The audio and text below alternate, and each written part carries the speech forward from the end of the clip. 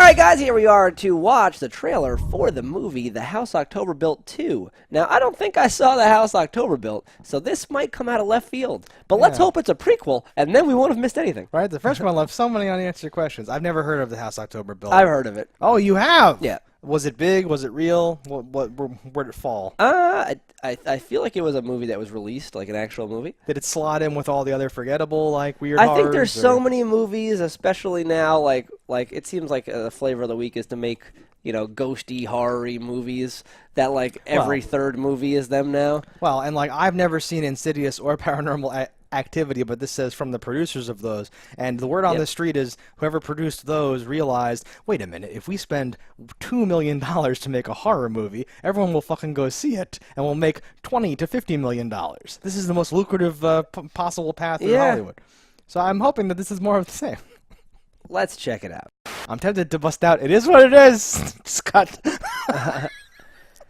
Oh, Lord. No, like this is how you do a low-budget movie right, though. Like they have that going for them. I will say, so I'm totally over found footage and fuck that shit completely. However, this did actually, at certain points, because, like, the point is that the footage is not for, like, a good found footage, like, thing is showing you footage that was not intended to do what the footage is now doing.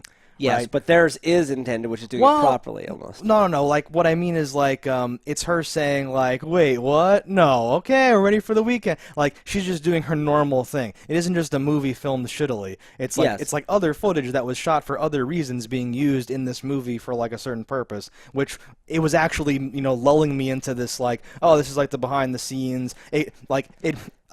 There were moments where this felt like a making of special effects featurette of the movie and not the real movie, which is what the found footage is like supposed to do. It's supposed to feel like you know, it's like a real YouTube vlog where then there's like a monster, right? It's supposed to feel real in like the beginning or whatever.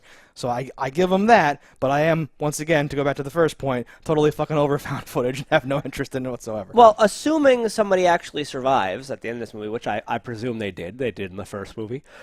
Why would I assume they all die in this movie? I would say this is not a found footage. This is an edited product of their adventure. Okay, whatever. The point is, like, they're not filming.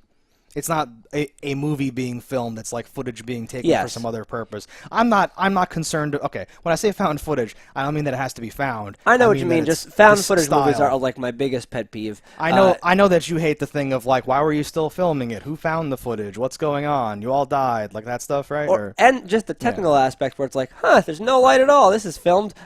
Your battery was recording for how long? Oh, you left that camera there for how what? You have a tiny little camera in, like, Blair Witch fucking 3. Drove me nuts because they have these little earbud things like you would like talk into. Only they're HD cameras and they record for hundreds of hours. Millions of years, sure. He has a drone at one point in that movie, and he flies it out, and the drone gets like stuck in a tree, and like she finds it hours later. It's still spinning, trying to get itself out of the tree, and I'm like, drones have a flight time of like 20 minutes. That's just your problem of knowing how things work, and but that should be a problem. The person who operated the drone for the movie should be like, you know, these only last like this long. Like, it would cost you no more damage to find a drone not operating and just pull the SD card out as it would to find it operating. It would be cheaper in every way, less dangerous to film. For the product itself and your act, like I hate when things don't make sense. You make movies. This is what you do. You should know how they work. She didn't need to use the drone for something. She just needed the SD card. No. She just thought she watched something on it. Like, oh, whatever. I don't even remember. It was just shitty. It takes me out of the fucking moment. I know, but I feel like that's only because you know those things, and most people don't know those things, and they just No, I agree. Most people may not know the battery life of things or how. Right, like, but everyone owns a flashlight. You'd be like, my flashlight doesn't operate forever. Like, flashlight kills monsters. But the thing is, the person making a movie knows it, and I hate whenever you write. Like, it's when we say, if you threw in one line of dialogue, you could have fixed that from being bad to good. Same deal for, like, you understand how your equipment works. Write accordingly. I always look at it like this is a work of fiction in which drones last for 2 days. It's a world, it's a dimension not unlike our own, but where drones' batteries last for days. No, because then I have to be like, do people actually die in this world? Like, nope, everything's the same, except the batteries and HD footage is very small and batteries are very large. I would love a disclaimer in the beginning. This is a fictitious, like takes place in a world where batteries last forever. Everything else is exactly this. That would actually love that. That's that one line. Dr. Manhattan produced enough lithium so that everything was batteried. I know. I know things. I can't. I wouldn't be able to watch any movie about hacking or space or like anything if I cared about things being real or whatever. I totally see your point though. Did anything here trigger you that like this is unrealistic? No, or this looked fine to me. I think this is great, and with the caveat, of course, that someone survived and they actually produced this film. This is 100% fine to me. This looks decent. Yeah, it does seem like they're making a film. I'm not clear about what the threat is. They've kind of set up the uneasiness of like who's that guy, where's this place, what's going on.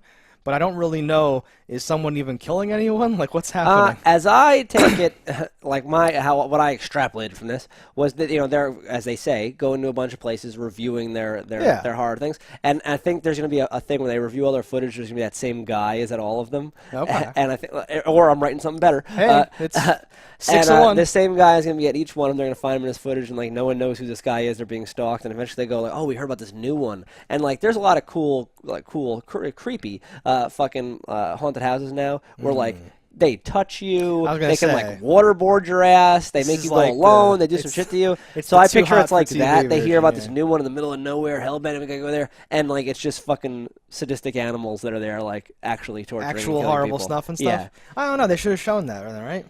Because all we got was to come play with us. I think it's because you don't want people to know like that. That's the twist. That's the twist. Yeah. I don't know, but I think this could be good. I don't necessarily think this is going to be a great movie. I will give this a thumbs up as for what I think, this is what people can do with low budget. You don't have to do just garbage shit. You can embrace what you have. You have a giant turtle, make a movie with a giant turtle. Like, this seems fine. Right. I'm going to give this a thumbs up. That makes it so much harder for me to give it a thumbs down. I totally agree with everything you've said. But the trailer didn't leave me, with like a thing. I don't really want to see this. If I were to compare, this is probably not going to be released in the same order we filmed things in today. Hey. We watched the trailer for Revolt, and this, I would give this 1,000,000 times more credit than I gave the movie Revolt trailer. I'm not comparing each movie to each other. In my head, I subtly compare every single thing. The Clue trailer destroys this one. Clue? Just a pull. I've never seen the Clue trailer. Oh, we should go back and watch ancient trailers and for like movies we know very well. And review those. I'm totally down for that. That would be great. No one does that. No, I have to thumbs it down because by the end I'm just like, what? What's happening? Why do I want to watch this? All right. So that's Split Decision, guys. Let us know in the comments below what you think about this movie. Don't die in a fire, and we'll see you next time.